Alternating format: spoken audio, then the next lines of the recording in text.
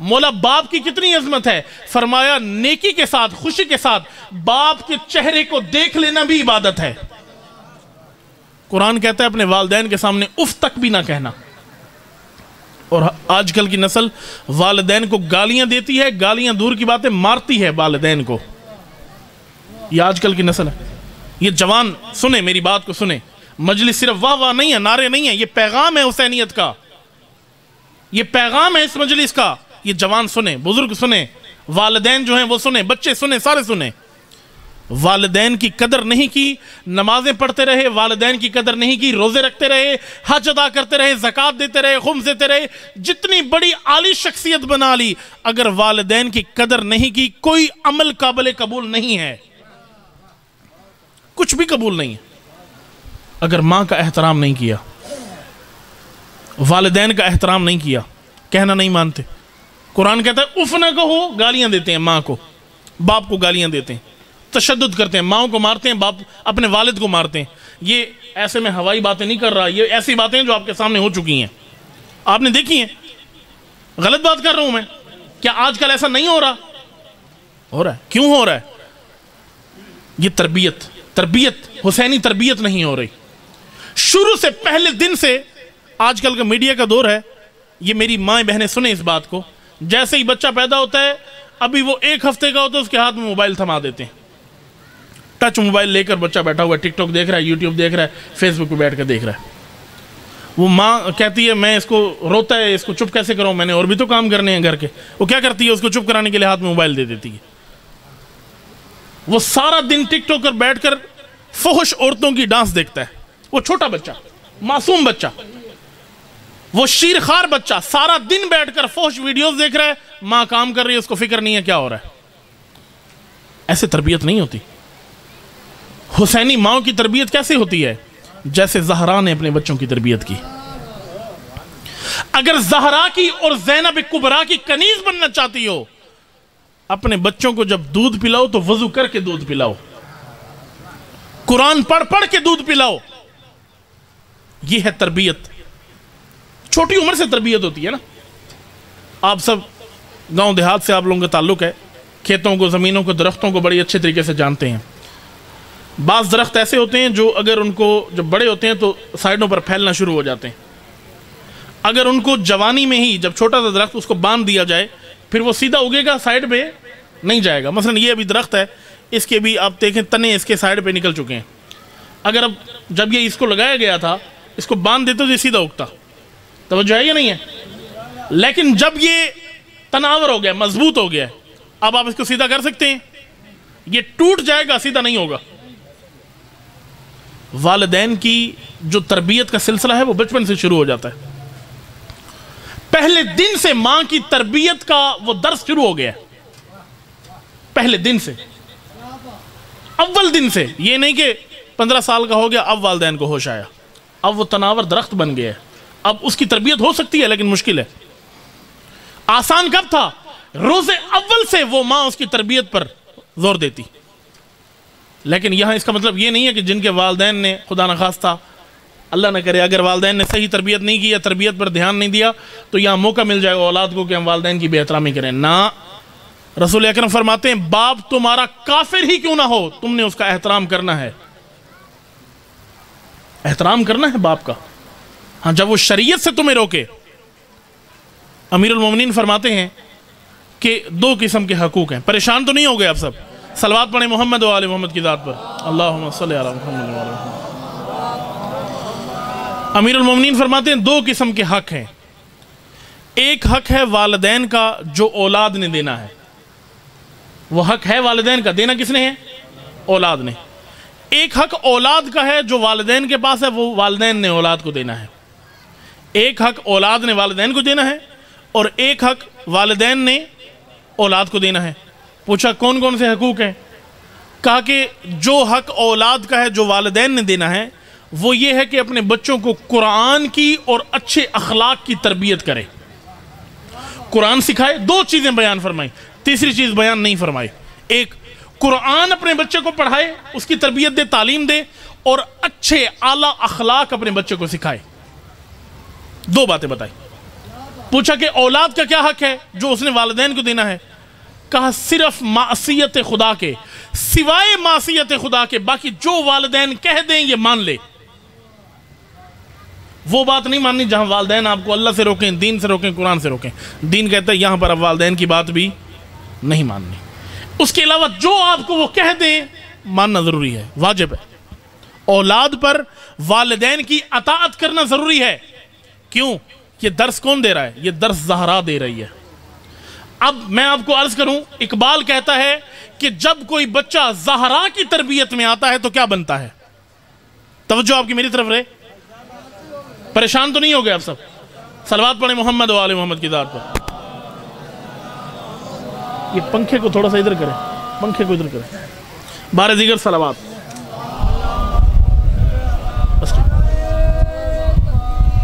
اللہ اکبر، یا رسول اللہ، یا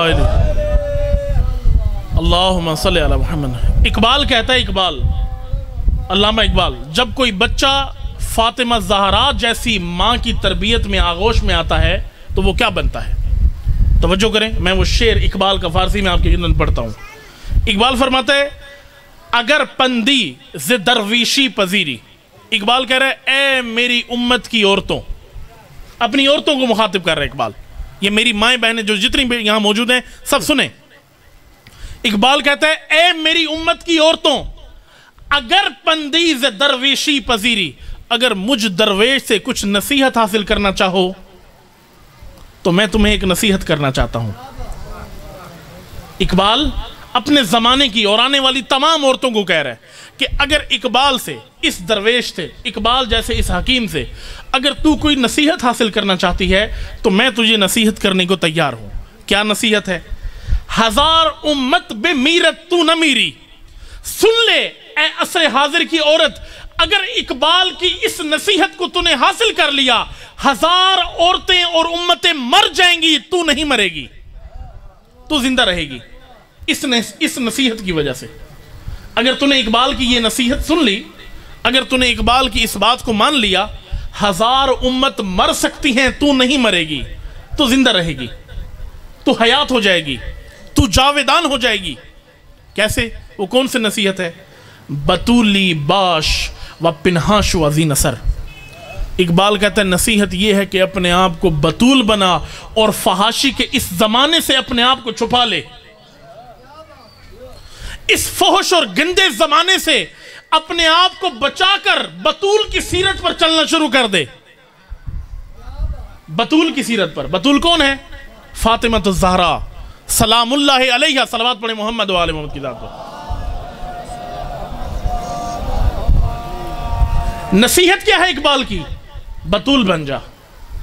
اگر تو بطول بن گئی، اگر تو نے بطول کی راہ کو اختیار کر لیا، ہزار امت مر سکتی ہے، تو نہیں مرے گی۔ ہزار امت مر سکتی ہے، تو نہیں مرے گی۔ اور اگر تو نے بطول بن کر اس فحاشی کے زمانے سے اپنے آپ کو چھپا لیا، پھر کیا ہوگا کہ در غوش شبیری بگیری، اگر تو بطول کی راہ پر آ جائے گی اور فحاشی کے زمانے سے اپنے آپ کو دور کر لے گی، تیری گود میں شبیر جیسے بیٹے پرورش پائیں گے۔